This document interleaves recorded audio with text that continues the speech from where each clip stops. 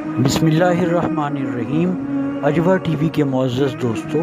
السلام علیکم۔ حج ایک ایسی عالمگیر عبادت ہے کہ جس کا شوق ہر مسلمان عاقل بالغ مرد عورت بچہ بوڑھا اپنے دل میں رکھتا ہے، اور ہر شخص کی یہ دیرینہ خواہش ہوتی ہے کہ وہ ایک مرتبہ بیت اللہ کو دیکھے اور طواف کی سعادت حاصل کرے۔ ہر سال لاکھوں فرزندان اسلام اس فریضے کی بجا آوری کے لیے دیوانہ وار خانہ کعبہ کی طرف دوڑتے ہیں اور بیت اللہ پر نظریں جما کر اپنی آنکھوں کو ٹھنڈا کرتے ہیں اور اپنے دل کو تسکین دیتے ہیں۔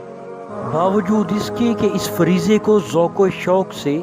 ادا کیا جاتا ہے، اسلامی تاریخ میں چند سیاہ ترین دن اور سیاہ ترین ادوار ایسے بھی آئے کہ نامساعد حالات کی وجہ سے اس فریضے کو ترک کرنا پڑا۔ ان عوامل کی وجہ کبھی جنگ کے خطرات بنے تو کبھی وبائی امراض اتنے سرکش ہوئے کہ جس کی وجہ سے حج بیت اللہ کو موقوف کرنا پڑا۔ تو آج ہم آپ کو کچھ ایسی ہی بدقسمت ساعتوں کے بارے میں بتائیں گے کہ جب حج بیت اللہ کو موقوف کرنا پڑا، لیکن اس کی تفصیل میں جانے سے پہلے اگر آپ نے ہمارا چینل سبسکرائب نہیں کیا تو برائے مہربانی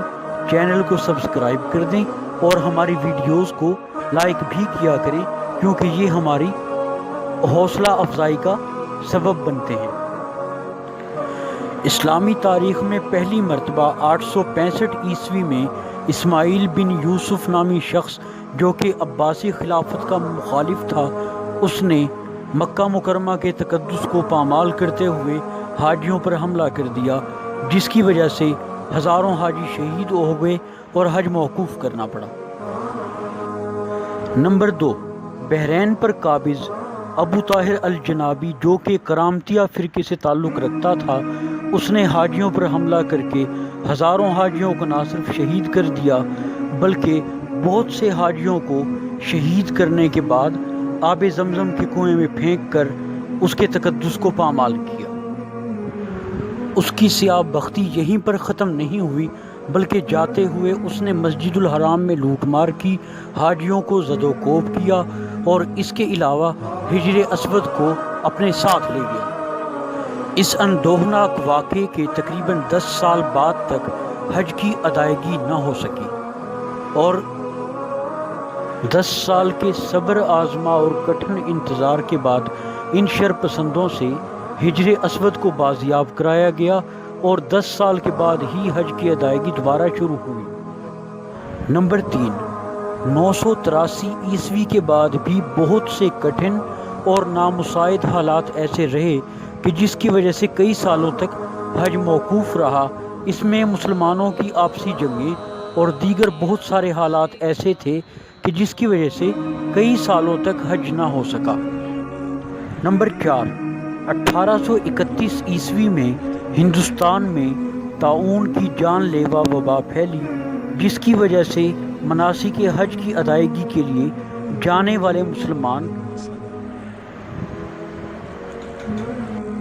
وہاں جانے والے مسلمانوں کی وجہ سے وہاں کے مقامی لوگ بھی متاثر ہوئے، جس کی وجہ سے 1/4 حاجی شہید ہو گئے اور اس کے تناظر میں حج موقوف کرنا پڑا۔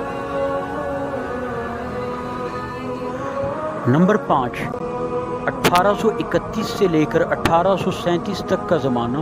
امن سے گزرا اور مسلمانوں نے مناسک حج امن و سکون سے ادا کیے،